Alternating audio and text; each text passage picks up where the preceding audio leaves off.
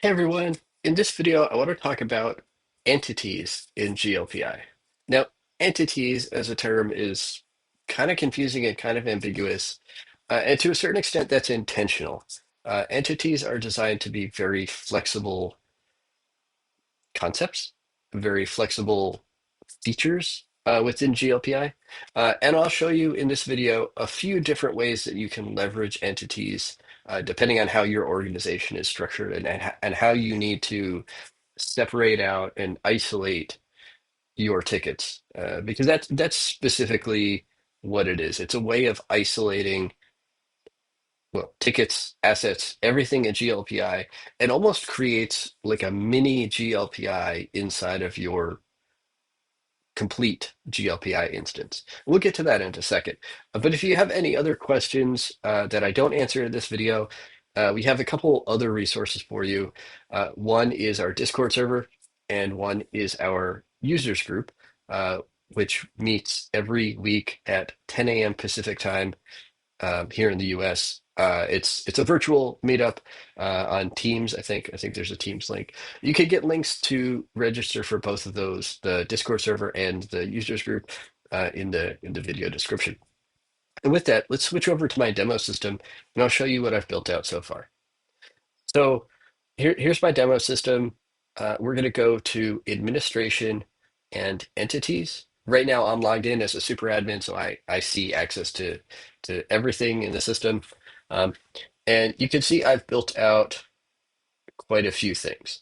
Now, because this is a demo system and because this is intended for demo purposes, I actually kind of built out mini root entities. So yes, my root entity is called demo company, but if we drill into that and see the sub entities, we see by customer, by department, by organizational unit, and a little of everything. You wouldn't build out your system of entities with all of these different uh, types of organizational structures. You would probably pick one and uh, go from there. So you can kind of imagine that this by organizational unit entity is actually a root entity. It's intended to mock a root entity that is organized by organizational unit. Let's drill into that one first, because that's actually probably a good place to start. I mentioned that entities are a way to basically create a mini GLPI within, one GLPI instance for your entire company.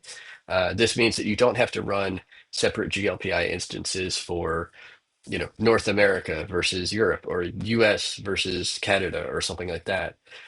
Or, separate business units, separate subsidiaries, that sort of thing. If you operate as a single IT entity, but have separate, IT staffs, IT service desks for different either regions or functional areas or something like that.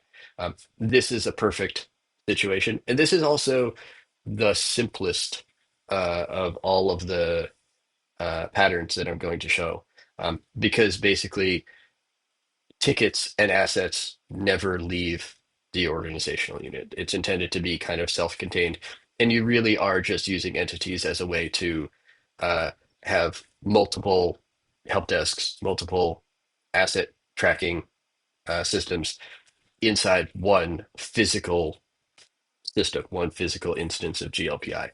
And you don't have to do any cross-entity anything, no fancy rules, that sort of thing. Everything kind of stays in its own little world.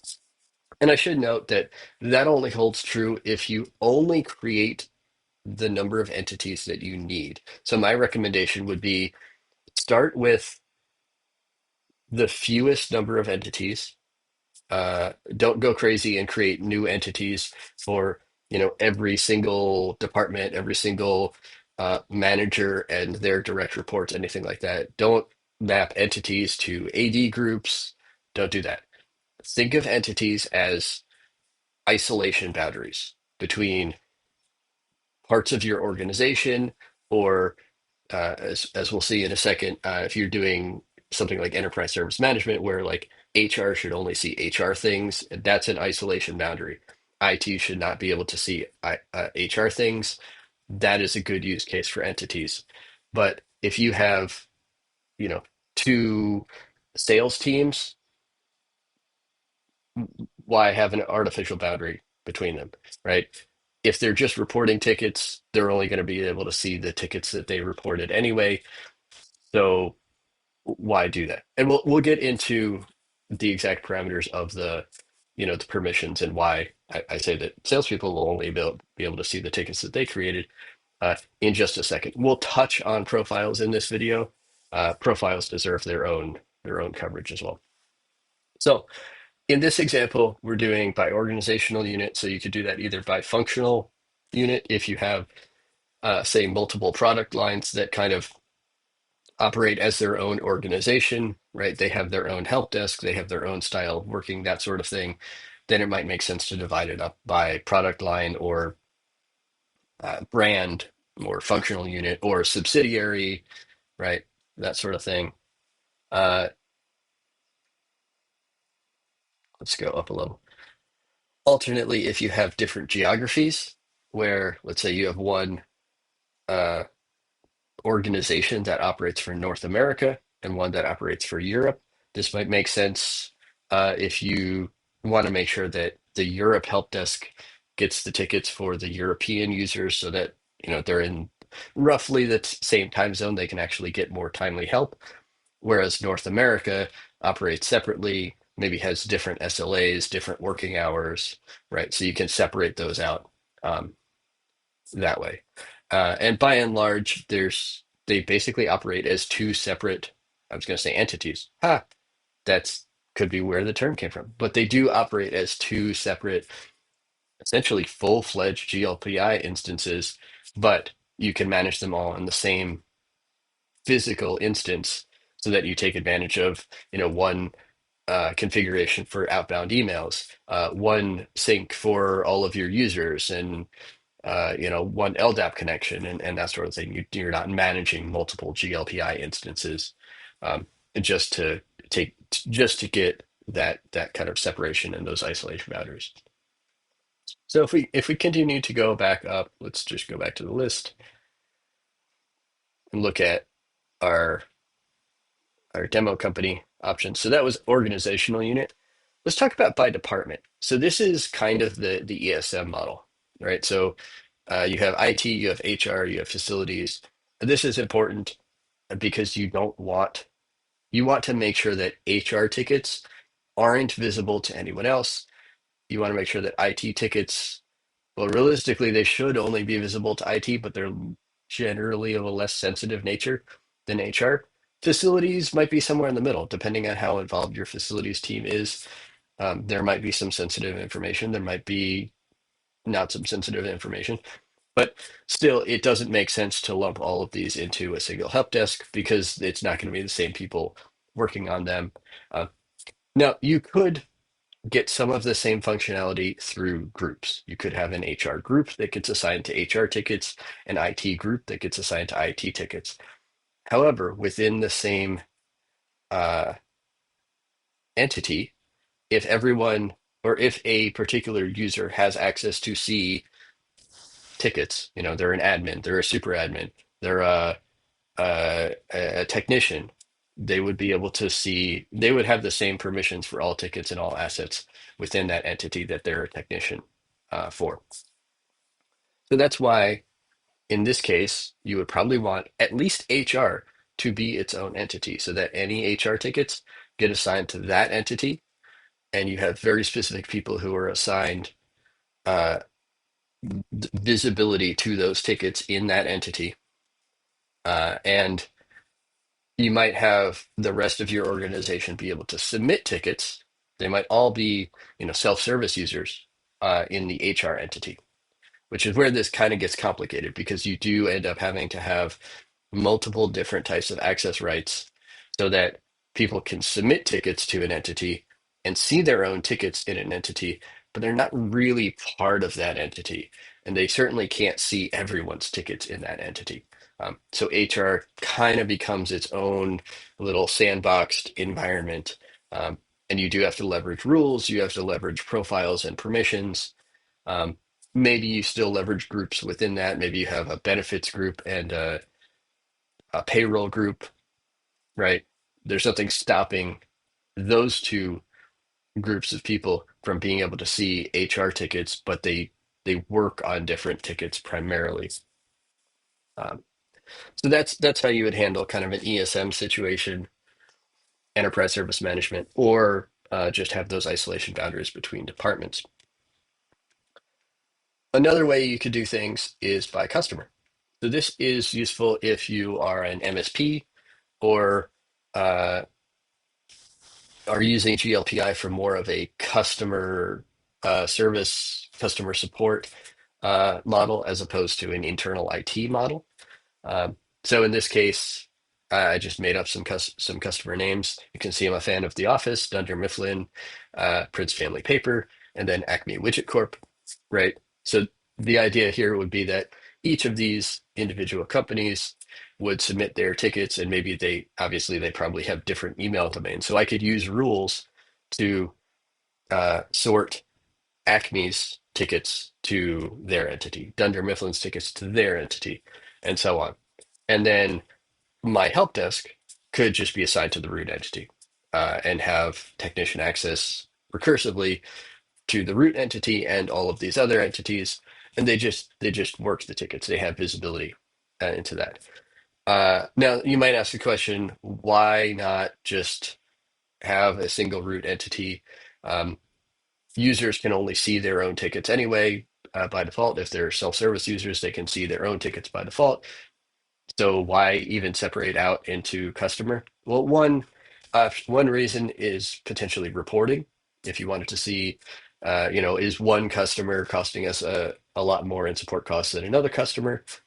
Another reason is, what if someone else in that same company sends in a ticket, or the person who sent in the original ticket is on vacation, someone else needs to see that ticket, right? So you could start opening up some of the permissions so that anyone from Acme Widget Corp can see any ticket that was submitted by Acme Widget Corp, right? It provides that isolation boundary so that anyone within that company, within that entity, can see more, but they can't break out of that isolation boundary and see Dunder Mifflin's tickets, for instance, right? So that's what you would do. This is good for uh, MSP or customer support.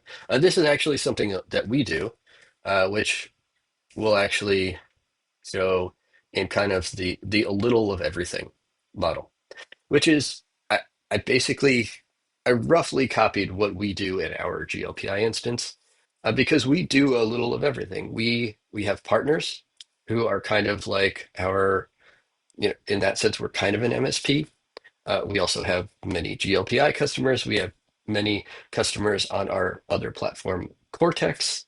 Um, and the idea that we're moving to, we're kind of in the middle of this transition right now, is that we do want our customers to be able to see their tickets that they've submitted, whether they're Cortex related, GLPI related. We also have some IT ops products that we sell. If they have a ticket against those, we can put them in the IT ops entity. And then we also have partners, which that becomes a complicated uh, entity as well, because within partners, we have multiple partners. We want the people who we work with at our partners to be able to see the tickets for their customers, but not for other partners or other partners' customers, or certainly not our direct customers on all of the other products that we have.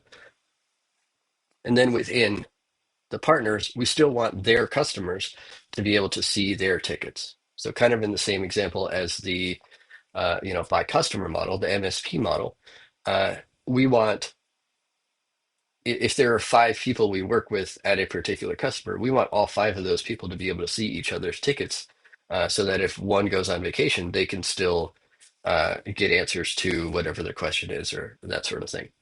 This also enables, potentially, we haven't, we're still in progress here. This potentially enables our partners to be able to see the tickets that their customers have submitted to us and maybe even assist in solving those problems. So we can, tag a customer and say, hey, can you help, get this information from this customer, um, and kind of leverage the partnership situation that we have with our partners.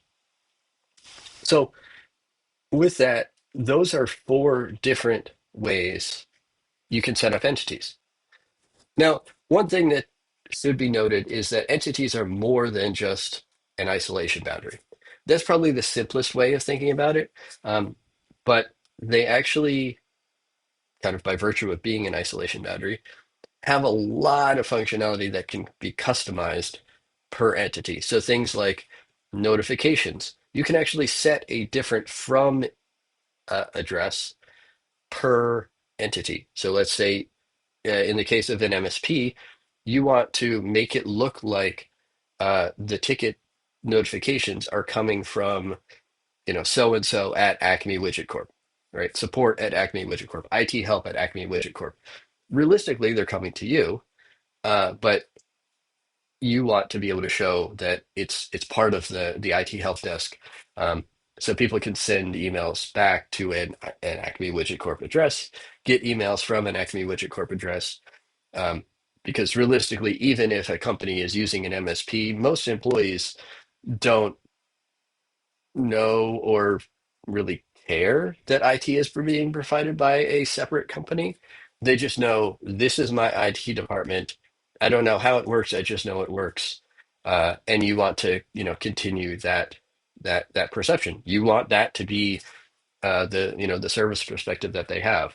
Um, so you can change some of the things related to the email notifications. You can also change things related to the help desk. So let's say a particular company, particular organizational unit has specific needs, specific tickets, um, specific types of things that uh, make sense as responses to tickets, those sorts of things. You can set those up as well, and so on and so forth. UI customization, assets, lots of different things.